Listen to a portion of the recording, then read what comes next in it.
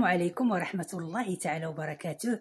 اللهم صل وسلم على سيدنا محمد وعلى آله وصحبه أجمعين. مرحبا بكم أخواتي ومرحبا باللي عاد دخلت عندي جديدة. نتمنى إن شاء الله تكونوا كلكم على خير وبخير وبأتم الصحة والعافية.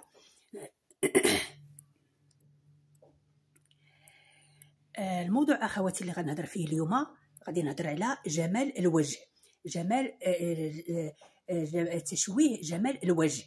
هنا اخواتي شحال مره كنشوفوا بحال هكايا مثلا شي بنت كتكون تبارك الله آية في الجمال، كتكون تبارك الله ما شاء الله كلشي كيشوف فيها، كلشي تيكون معجب بها، وكتكون سبحان الله العظيم يعني حتى مقبوله عند كلشي، وسبحان الله العظيم كلشي كيتشهى غير نشوف فيها. هنا اخواتي ومن بعد كتشوفي بان ديك البنت داك الزين ديالها دبال، داك الزين ديالها اللي كان ما بقاش. سبحان الله العظيم كتمشي ديك الورده اللي كانت مفتحه وكتجي واحد الورده اللي كتولي يعني مدباله، يعني صافي ديك البنت داك الزين اللي كان فيها وداك الشيء كله ما بقاش.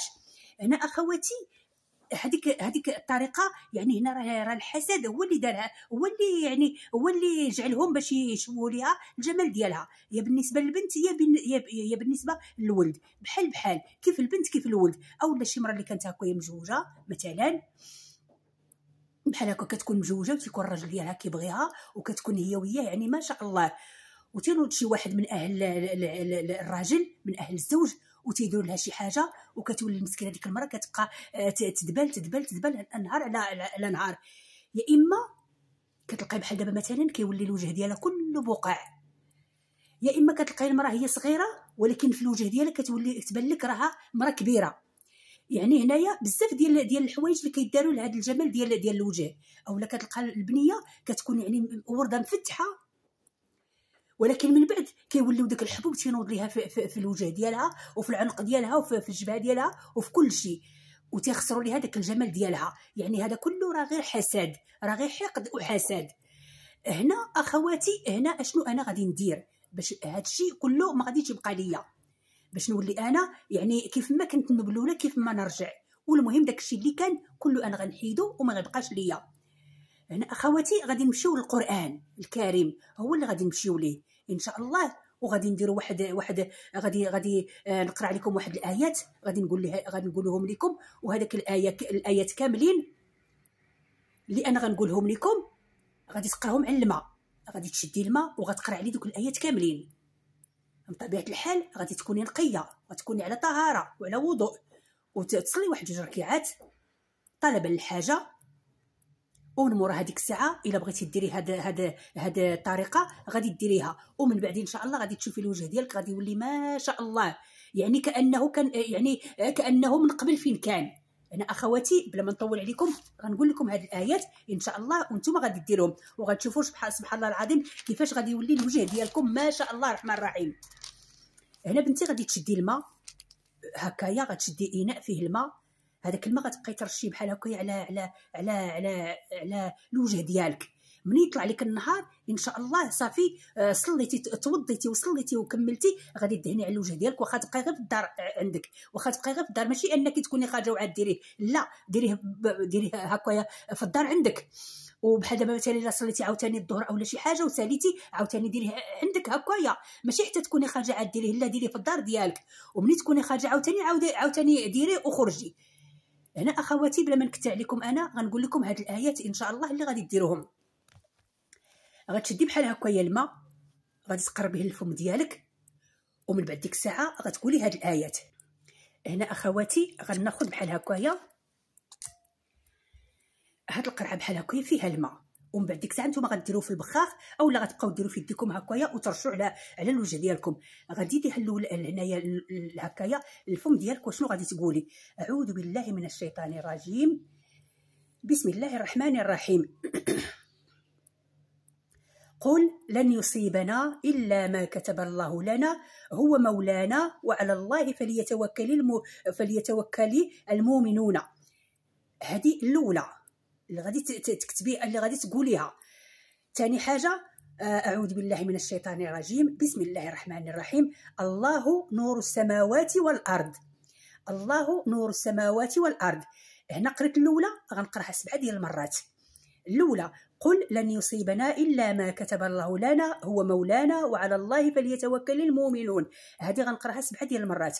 الثانيه الله نور السماوات والارض، غنقرا حتى هي 7 ديال المرات.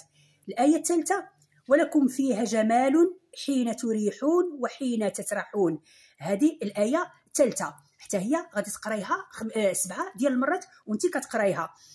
عاوتاني الايه الاخرى اللي غنقول لكم انا ثم انشأناه خلقا اخر فتبارك الله احسن الخالقين. حتى هذه غتقرايها 7 ديال المرات. نعاودها لكم ثم انشأناه خلقا اخر فتبارك الله احسن الخالقين. هذه حتى هي غادي تقوليها، حتى هي غتقوليها دابا. هادو كلهم غادي تقولهم 7 ديال المرات وانتم كتقولوهم على هاد الماء. وانتم كتقولوا بحال دابا مثلا هذيك الاولى منين ساليتي 7 حتى كتحسي بالماء كيلعب، شتي بحال هكا كتحسي بالماء كيلعب. الايه الثانيه عاوتاني ملي تقرايها سالي عاوتاني بحال هكايا. الايه الثالثه عاوتاني ملي تقرايها عاوتاني تكملي ثاني بحال هكايا، وتكون عندك ديك النيه صافيه بان ربي سبحانه وتعالى راه غادي يرد لك الوجه ديالك فيه نور على نور صافي. وانت انت دابا درتي هادشي كله، قريتي هادشي كله، قريتي على هاد الماء صافي. هاد الماء غتخليه غتبقاي دهني به الوجه ديالك، ما غديريش شي بلاصه اخرى الا الوجه ديالك اللي غادي بحال دابا مثلا هكايا غادي تبقاي ترشي به الوجه ديالك، او لا هكايا ديري شي حاجه هكايا وديريها في الوجه ديالك. ملي يطلع لك النهار ماشي حتى تكوني خارجه، ديما ملي يطلع لك النهار توضيتي وساليتي ديما بحال هكايا. وهنا من مور هادشي من مور هادشي اشنو غادي نقول؟ غادي نقول واحد الدعاء هو اللي غادي نقوله. هاد الدعاء شنو هو؟ يا اللهم اكتب في وجهي القبول في كل شيء في كل من يراني وزدني جمالا في الظاهر والباطن. نعاودها لكم.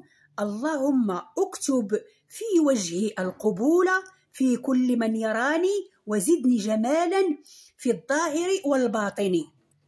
هاد الدعاء اللي غادي تقولوه. اللهم اكتب لي الجمال واجعلني جميلة في عين من أحب. اللهم اكتب لي الجمال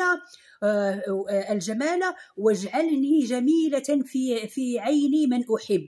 هذا دابا قلتو الدعاء الأول. نعاود لكم الدعاء الثاني ونعاود لكم الدعاء الثالث. الدعاء الأول اللهم اكتب في وجهي القبول في كل من يراني وزدني جمالا في الظاهر والباطن. هذا الدعاء الأول. الدعاء الثاني اللهم اكتب لي الجمال واجعلني جميلة في عين من أحب. هذا هو الدعاء اللي غادي تقولوه يعني هاد الدعاء غادي تقولوه في كل مره.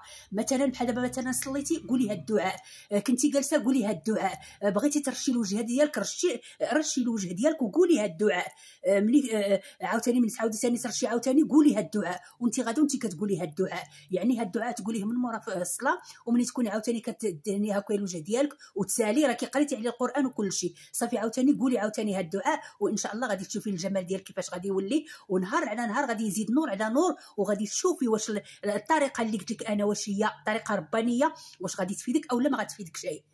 كنتمنى اخواتي باش ديروا هذه الطريقه، وان شاء الله ما غيبقى عندكم لا يعني بحال دابا مثلا هكا يولي عندكم القبول وما يبقاش عندكم النفور، ما يبقاوش عندكم تشويه الجمال وحتى شي حاجه ان شاء الله باذن الله ما غتبقى عندكم. نتمنى اخواتي باش ديروا هذه الطريقه والله المستعان. شكرا اخواتي والى الملتقى ان شاء الله.